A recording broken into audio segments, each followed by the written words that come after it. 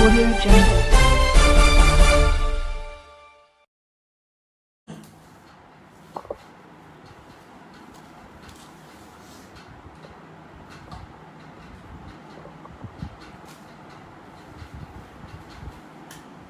नमस्कार।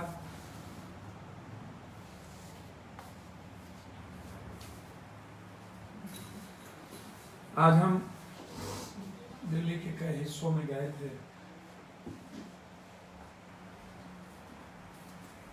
परपटगंज, कई जगह।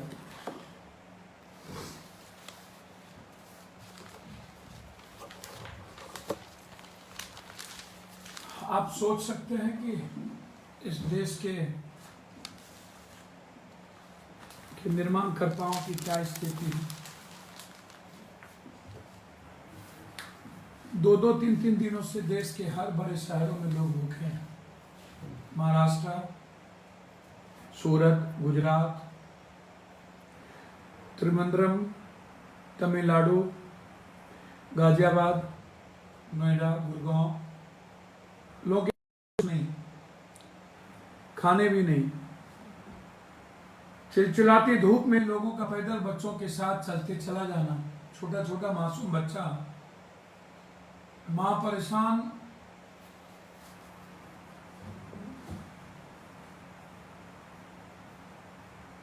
जांच के नाम पर 10-10 हजार आदमी कतारों में खड़े हैं।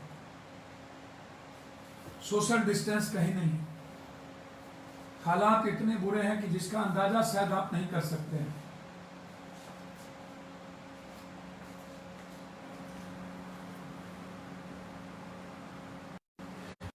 पर देश में राजनीति शुरू होगी, कुछ लोगों ने तो चुनाव भी शुरू कर दिया।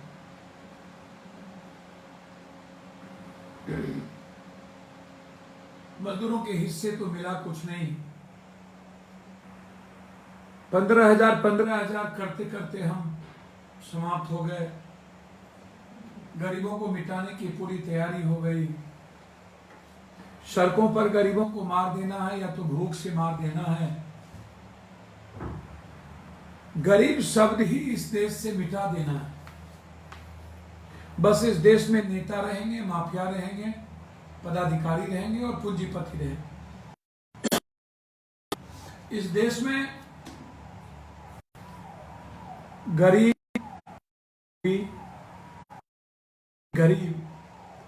बेरोजगार, यूथ और किसान, ये 3 शब्द नहीं मिलना चाहिए। ये नेताओं को नफरत है, खासतौर पर गरीबों से गरीब से नफरत है। ये गरीब को मिटा देना नहीं चाहते, समाप्त कर देना चाहते। मैंने ये आलम नहीं देखा।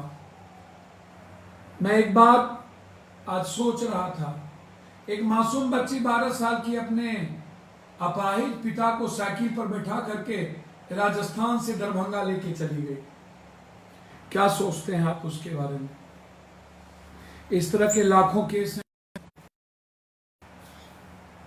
छोटे छोटे बच्चे टेम्पो, ठेले, घी के ठेले चला करके पिता मां को ले गए। मां और पिता अपने भूखे रह करके एक सप्ताह अपने बच्चों को आधा पेट खाना दिया। लोग बंधकों में हैं, मजदूरों को ताला लगा के बंधक रखे गए हैं। लगातार बसों से मैं भेज रहा हूं, हम लोग मिल करके 100 बस अभी तक यहां से गए हैं लगातार, और भी अपने अपने हम लोग व्यवस्था कर रहे हैं। मुझे आश्चर्य होती है, समझ में नहीं आता मैं क्या करूं। मैं अब परेशान हो चुका हूं, थक चुका हूं। आज मजदूरों के जुल्म के खिलाफ जिस तरीके से उत्तर प्रदेश ने राजनीति का घिनौना खेल खेला है और जिस तरीके से जनता को बिहार में धमकाया जा रहा है, बड़ा विचित्र है।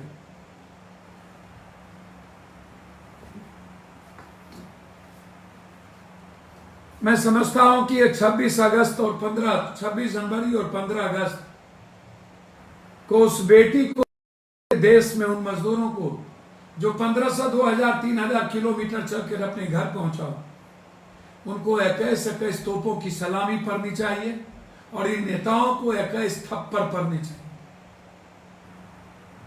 मेरे पास तो ये शब्द है। मैं नेताओं के पक्ष में अब नहीं रह सकता। मैं यदि थोड़ा गलत बोलूंगा तो शायद अमर्यादित और तथाकथित इंटेलेक्चुअल, जिसके चलते आज लोकतंत्र खतरे में है, जो समझते हैं कि मेरे ही अच्छी भाषा के चलते दुनिया टिकी हुई, शायद गलत।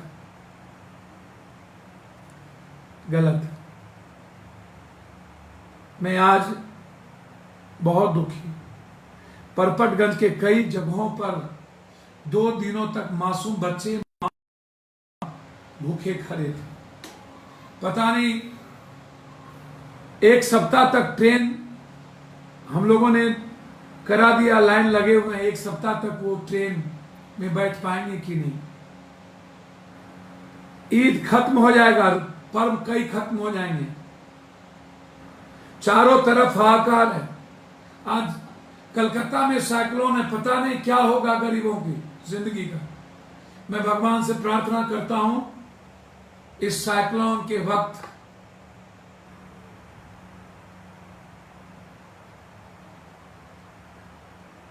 आम आदमी, जो इंसान है, जो मेरे लिए भगवान है, उड़ीसा की भी यही स्थिति। कोशिश करेंगे हम उनके साथ खड़े होने की। लेकिन आज मेरे लिए सबसे बड़ा सवाल, मैं दिल से कह रहा हूं, यदि मैं एक एक दिन पढ़ता हूं, देखता हूं, तो मुझे दुख पहुंचता है कि 4-4, 5-5 दिनों से लोग खड़े हैं। क्या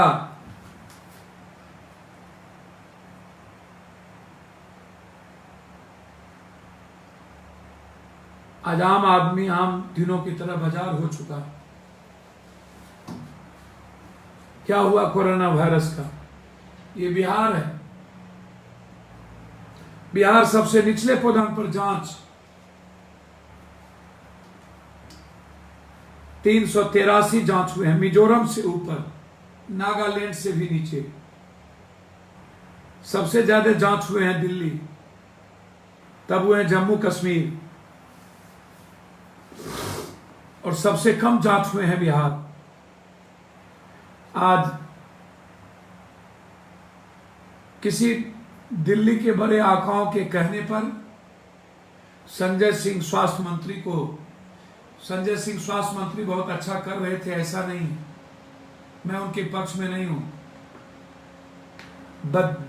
दिमागी थे, बदजुबान थे, लेकिन ट्वीट करके वह हर बातों की जानकारी जरूर देते थे। आश्चर्य है, आज उनको हटा दिया गया। युद्ध के मैदान में यदि बीच में ही सेनापति को हटाओगे तो युद्ध कैसा?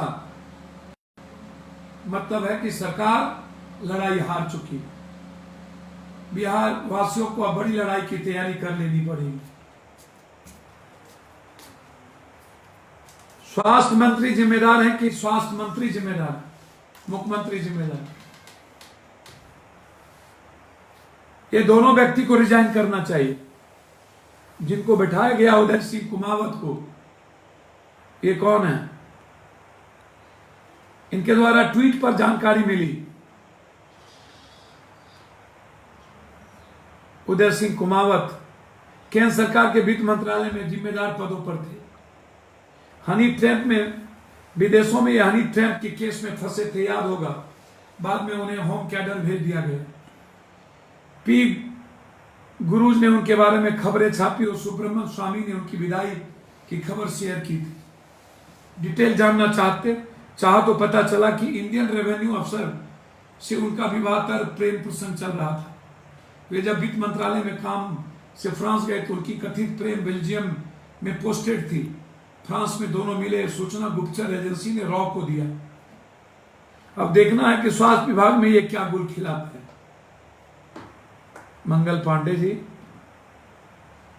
आप अपने आकाओं के द्वारा हटा तो लिए, आप अपने आकाओं की बदौलत कब तक रहेंगे? क्या इस पर कभी सोचे आप? आपने जांच कितनी की, इस पर सोचना चाहिए। आज ये हालात पैदा क्यों हुए? मैं जब सोचता हूं पीएम केयर्स फंड के बारे में, क्या आप नहीं दे सकते?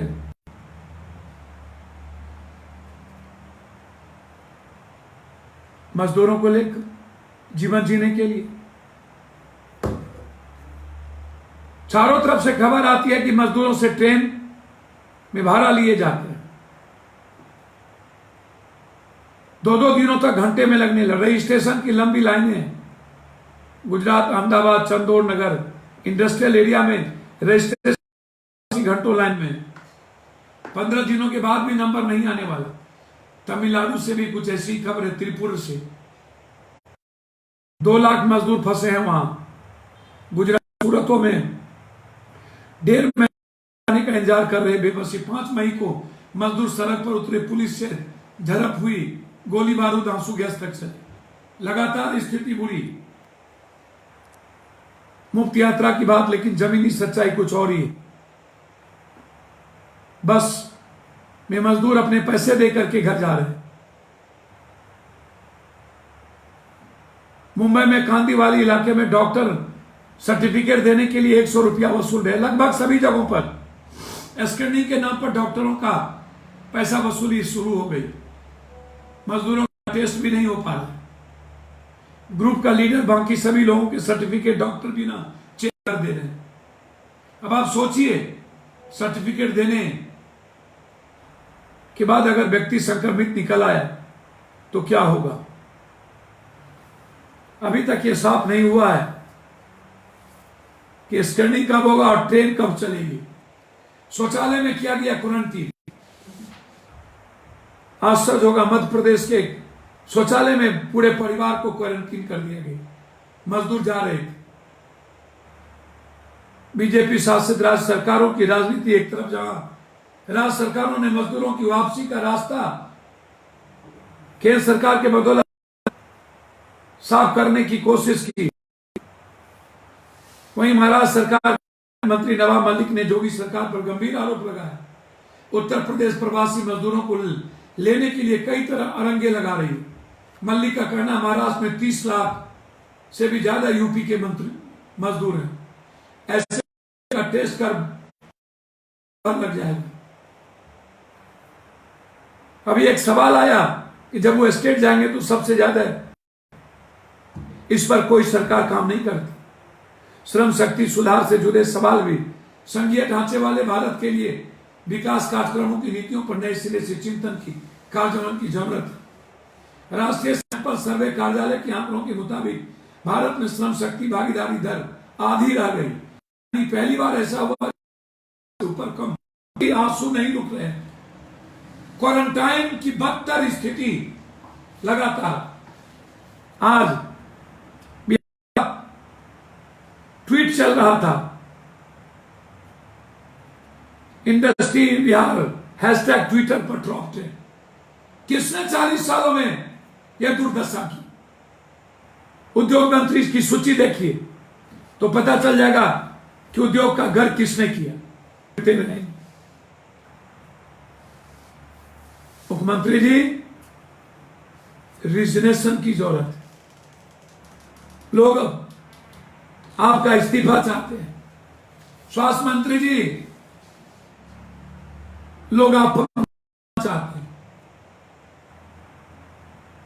क्वारंटाइन के जगह को समाप्त करिए और लोगों की जांच एक बड़े स्कूलों में करिए और करके जांच करते जाइए और उनको घर में क्वारंटाइन करते जाइए। 25 से तो अब प्लेन भी शुरू होंगे। अरे मजदूरों का ट्रेन कब शुरू होगा? कोई भी अब प्रदेश में नहीं रहना चाहता। प्लीज बचा लीजिए। हालात अच्छे नहीं हैं, मिलकर काम करना पड़ेगा। आज पूरा बिहार हो रहे जुल्म और पूरे देश में मजदूरों पर हो रहे जुल्म, जो हालात है, जो स्थिति है, उसके खिलाफ एक आवाज, एक बुलंद आवाज, एक ताकत। हम लगातार जसवंत सिन्हा जी से भी मिले, जोगेंद्र यादव जी से भी मिले और हमने आग्रह किया कि देश बचाने की जरूरत। मैं धन्यवाद देना चाहता हूं छात्र शक्ति को, छात्र परिषद को, युवा शक्ति और युवा ब्रिगेड को, पप्पू ब्रिगेड को, जन अधिकार पार्टी के सीनियर लोग आज इतनी बड़ी आवाज में लगभग नदारद थे। दुख है मुझे, मजदूरों की भागीदारी हुई, आम लोगों की भागीदारी हुई, बेटियों की भागीदारी हुई, लेकिन इन जातिवादी धार्मिक और मजहबी नेताओं की भागीदारी की संख्या कम हुई। जब इन मजहबी नेताओं की मिर्ची लगता हो तब देखिए इन लोगों, और जब गरीब और मजदूरों के सवाल पर हो तभी लोग नदारत होते। ये लड़ाई अब रुकेगी नहीं जब तक मजदूरों की जिंदगी नहीं बदलेगी, तब तक चैन से नहीं बैठेंगे। ये लड़ाई अनवरत होगी जुल्मी सरकार के खिलाफ, इस बेईमान सरकार के खिलाफ, इस लुटेरी सरकार के खिलाफ। लगातार आंदोलन, हम नहीं डरेंगे, नहीं झुकेंगे, हम मरने से नहीं डरेंगे। हमारी आवाज को, मजदूरों की आवाज को सोशल डिस्टेंस और कोरोना वायरस के नाम पर नहीं रोका जा सकता। मिलकर के इस लड़ाई को लड़ने की जरूरत है। हम सबके सहयोग की उम्मीद करते हैं और उम्मीद करते हैं कि आप क्वारंटाइन के सभी जगह का फोटो भेजें, फोटो लें और इसको रखें, समाज के बीच ले जाएंगे। किस तरह क्वारंटाइन में गरीबों के साथ मजाक किया गया, और जो भी मजदूर घर जा रहे हैं उनको आप अपने परिवार की तरफ से देखें।